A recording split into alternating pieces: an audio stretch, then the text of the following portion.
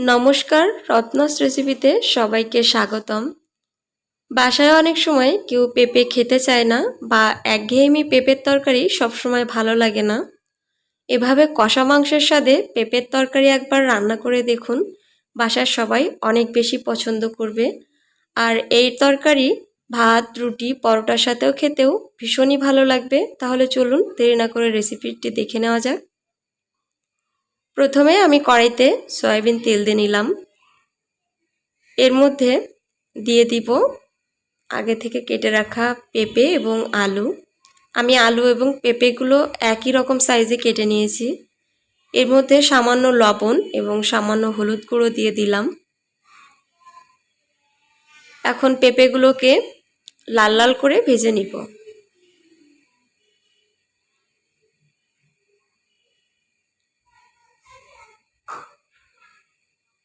পেঁপে এরকম লাল করে ভেজে তুলে নিতে হবে।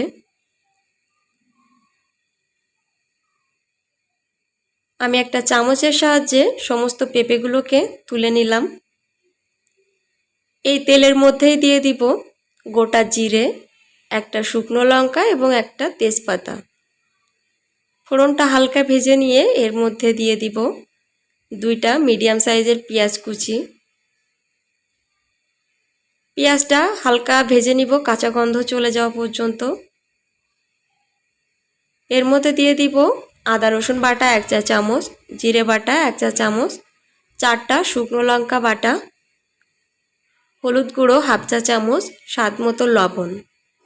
এখন এই সমস্ত মশলার কাঁচা গন্ধ চলে যাওয়া পর্যন্ত একটু ভেজে নিব। কাঁচা গন্ধ চলে গিয়েছে। এখন সামান্য জল দিয়ে মশলাটাকে ভালো করে কষিয়ে নিতে হবে।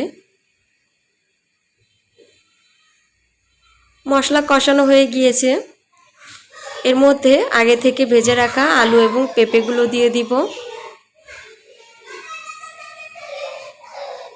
মশলার সঙ্গে আলু এবং পেঁপেগুলোকেও বেশ ভালো করে কষিয়ে নিব।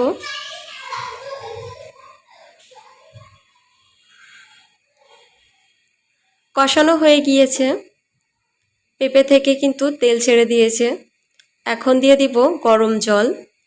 আমি এখানে প্রায় 2 কাপ মতো গরম জল ব্যবহার করেছি। আর এই রান্নাটাই কিন্তু গরম জল ব্যবহার করলে তরকারির স্বাদটা ভালো হয়। একটু মিশিয়ে নিলাম। এখন ফুটে ওঠা পর্যন্ত অপেক্ষা করব।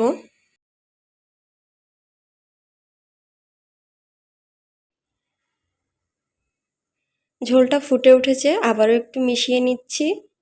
আর এভাবে প্রায় 6 থেকে 7 মিনিট রান্না করব, পেঁপে আর আলু সেদ্ধ হয়ে যাওয়া পর্যন্ত। অবশ্যই এ পর্যায়ে চেক করে দেখতে হবে আলু এবং পেঁপেগুলো সেদ্ধ হয়েছে কিনা। আমি চেক করে দেখেছি আলু এবং পেঁপেগুলো সেদ্ধ হয়ে গিয়েছে। রান্নাটা প্রায় শেষের দিকে। এখন শেষে একটা ভাজা মশলা ব্যবহার করব, গোটা জিরে এবং গোটা গরম মশলা আমি শুকনো খোলায় ভেজে নিয়ে সেটা গুঁড়ো করে দিয়ে দিলাম 1 চা চামচ পরিমাণ। আর এই মশলাটা কিন্তু দিতেই হবে। এই মশলাটা দিলেই এই তরকারির স্বাদটা ভালো হবে। মিশিয়ে নিয়ে আমি 1 মিনিট মতো একটু ফুটিয়ে নিব।